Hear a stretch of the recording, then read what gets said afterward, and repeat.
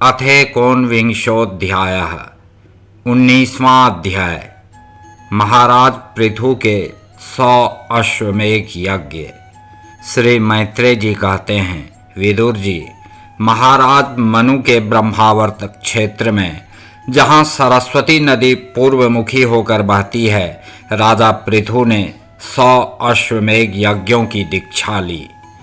यह देखकर भगवान इंद्र को विचार हुआ कि इस प्रकार तो पृथु के कर्म मेरे कर्मों की अपेक्षा भी बढ़ जाएंगे, इसलिए वे उनके यज्ञ महोत्सव को सहन न कर सके। महाराज पृथु के यज्ञ में सबके अंतरात्मा सर्वलोक पूज्य जगदेश्वर भगवान हरि ने यज्ञेश्वर रूप से साक्षात दर्शन दिया था। उनके साथ ब्रह्मा, रुद्र तथा अपने अपने अनुचरों के सहित लोकपाल गण भी पधारे थे।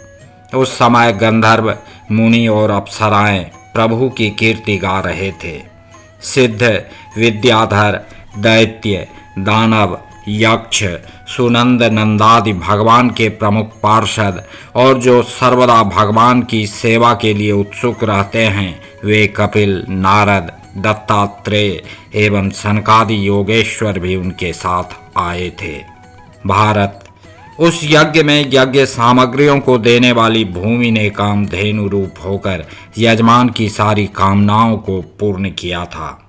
नदियां दाख और ईख आदि सब प्रकार के रसों को बहा लाती थीं तथा जिनसे मधु चूता रहता था, ऐसे बड़े बड़े वृक्ष दूध, दही, अन्न और घृत आदि तरह तरह की सामग्रियां समर्पण करते थे। समुद्र बहुत से रत्न राशियां, पर्वत, भक्ष्य, भोज्य, चोष्य और लेह्य, 4 प्रकार के अन्न तथा लोकपालों के सहित संपूर्ण लोक तरह तरह के उपहार उन्हें समर्पण करते थे। महाराज पृथु तो एकमात्र श्री हरि को ही अपना प्रभु मानते थे। उनकी कृपा से उस यज्ञानुष्ठान में उनका बड़ा उत्कर्ष हुआ, किंतु यह बात देवराज इंद्र को सहन न हुई और उन्होंने उसमें विघ्न डालने की भी चेष्टा की। जिस समय महाराज पृथु अंतिम यज्ञ द्वारा भगवान यज्ञपति की आराधना कर रहे थे, इंद्र ने ईर्ष्यावश गुप्त रूप से उनके यज्ञ का घोड़ा हर लिया। इंद्र ने अपनी रक्षा के लिए कवच रूप से पाखंड वेश धारण कर लिया था, जो अधर्म में धर्म का भ्रम उत्पन्न करने वाला है, जिसका आश्रय लेकर पापी पुरुष भी धर्मात्मा सा जान पड़ता है। इस वेश में वे घोड़े को लिए बड़ी शीघ्रता से आकाश मार्ग से जा रहे थे कि उन पर भगवान अत्रि की दृष्टि पड़ गई। उनके कहने से महाराज पृथु का महारथी पुत्र इंद्र को मारने के लिए उनके पीछे दौड़ा और बड़े क्रोध से बोला, अरे खड़ा रह, खड़ा रह। इंद्र सिर पर जटाजूट और शरीर में भस्म धारण किए हुए थे। उनका ऐसा वेश देखकर पृथु कुमार ने उन्हें मूर्तिमान धर्म समझा, इसलिए उन पर बाण नहीं छोड़ा। जब वह इंद्र पर वार किए बिना ही लौट आया, तब महर्षि अत्रि ने पुनः उसे इंद्र को मारने के लिए आज्ञा दी। वत्स, इस देवाधम इंद्र ने तुम्हारे यज्ञ में विघ्न डाला है, तुम इसे मार डालो। अत्रि मुनि के इस प्रकार उत्साहित करने पर पृथु कुमार क्रोध में भर गया। इंद्र बड़ी तेजी से आकाश में जा रहे थे। उनके पीछे वह इस प्रकार दौड़ा जैसे रावण के पीछे जटायु। स्वर्गपति इंद्र उसे पीछे आते देख उस वेश और घोड़े को छोड़कर वहीं अंतर्धान हो गए और वह वीर अपना यज्ञ पशु लेकर पिता की यज्ञशाला में लौट आया। शक्तिशाली विदुर जी, उसके इस अद्भुत पराक्रम को देखकर महर्षियों ने उसका नाम विजिताश्व रखा।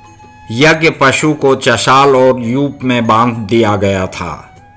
शक्तिशाली इंद्र ने घोर अंधकार फैला दिया और उसी में छिपकर वे फिर उस घोड़े को उसकी सोने की जंजीर समेत ले गए। अत्रि मुनि ने फिर उन्हें आकाश में तेजी से जाते दिखा दिया, किंतु उनके पास कपाल और खट्वांग देखकर पृथुपुत्र ने उनके मार्ग में कोई बाधा न डाली। तब अत्रि ने राजकुमार को फिर उकसाया और उसने गुस्से में भरकर इंद्र को लक्ष्य बनाकर अपना बाण चढ़ाया। यह देखते ही देवराज उस वेश और घोड़े को छोड़कर वहीं अंतर्धान हो गए। वीर विजिताश्व अपना घोड़ा लेकर पिता की यज्ञशाला में लौट आया। तब से इंद्र के उस निंदित वेश को मंदबुद्धि पुरुषों ने ग्रहण कर लिया।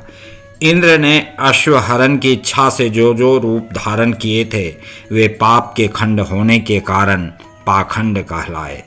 यहाँ खंड शब्द चिन्ह का वाचक है। इस प्रकार पृथु के यज्ञ का विध्वंस करने के लिए यज्ञ पशु को चुराते समय इंद्र ने जिन्हें कई बार ग्रहण करके त्यागा था, उस नग्न, रक्तांबर तथा कापालिक आदि पाखंड पूर्ण आचारों में मनुष्यों की बुद्धि प्रायः मोहित हो जाती है, क्योंकि ये नास्तिक मत देखने में सुंदर हैं और बड़ी बड़ी युक्तियों से अपने पक्ष का समर्थन करते हैं। वास्तव में ये उपधर्म मात्र हैं। लोग भ्रमवश धर्म मानकर उनमें आसक्त हो जाते हैं। इंद्र की इस कुचाल का पता लगने पर परम पराक्रमी महाराज पृथु को बड़ा क्रोध हुआ। उन्होंने अपना धनुष उठाकर उस पर बाण चढ़ाया। उस समय क्रोधावेश के कारण उनकी ओर देखा नहीं जाता था। जब ऋत्विजों ने देखा कि असह्य पराक्रमी महाराज पृथु इंद्र का वध करने को तैयार हैं, तब उन्हें रोकते हुए कहा, राजन, आप तो बड़े बुद्धिमान हैं। यज्ञ दीक्षा ले लेने पर शास्त्र विहित यज्ञ पशु को छोड़कर और किसी का वध करना उचित नहीं है। इस यज्ञ कार्य में विघ्न डालने वाला आपका शत्रु इंद्र तो आपके सुयश से ही ईर्ष्यावश निस्तेज हो रहा है। हम अमोघ आवाहन मंत्रों द्वारा उसे यहीं बुला लेते हैं और बलात् अग्नि में हवन किए देते हैं। विदुर जी, यजमान से इस प्रकार सलाह करके उसके याजकों ने क्रोध पूर्वक इंद्र का आवाहन किया। वे श्रुवा द्वारा आहुति डालना ही चाहते थे कि ब्रह्मा जी ने वहां आकर उन्हें रोक दिया। वे बोले, याजकों, तुम्हें इंद्र का वध नहीं करना चाहिए। यह यज्ञ संज्ञक इंद्र तो भगवान की ही मूर्ति है। तुम यज्ञ द्वारा जिन देवताओं की आराधना कर रहे हो वे इंद्र के ही तो अंग हैं और उसे तुम यज्ञ द्वारा मारना चाहते हो। पृथु के इस यज्ञानुष्ठान में विघ्न डालने के लिए इंद्र ने जो पाखंड फैलाया है वह धर्म का उच्छेद करने वाला है। इस बात पर तुम ध्यान दो। अब उससे अधिक विरोध मत करो, नहीं तो वह और भी पाखंड मार्गों का प्रचार करेगा। अच्छा, परम यशस्वी महाराज पृथु के 99 ही यज्ञ रहने दो। फिर राजर्षि पृथु से कहा, राजन, आप तो मोक्ष धर्म के जानने वाले हैं, अतः अब आपको इन यज्ञानुष्ठानों की आवश्यकता नहीं है। आपका मंगल हो। आप और इंद्र दोनों की पवित्र कीर्ति भगवान श्री हरि के शरीर हैं, इसलिए अपने ही स्वरूप भूत इंद्र के प्रति आपको क्रोध नहीं करना चाहिए। आपका यह यज्ञ निर्विघ्न समाप्त नहीं हुआ, इसके लिए आप चिंता न करें। हमारी बात आप आदर पूर्वक स्वीकार कीजिए। देखिए, जो मनुष्य विधाता के बिगाड़े हुए काम को बनाने का विचार करता है उसका मन अत्यंत क्रोध में भरकर भयंकर मोह में फंस जाता है।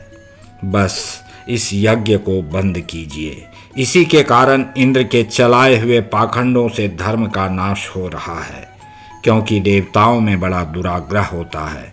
जरा देखिए तो, जो इंद्र घोड़े को चुराकर आपके यज्ञ में विघ्न डाल रहा था, उसी के रचे हुए इन मनोहर पाखंडों की ओर सारी जनता खींचती चली जा रही है। आप साक्षात विष्णु के अंश हैं। वेन के दुराचार से धर्म लुप्त हो रहा था।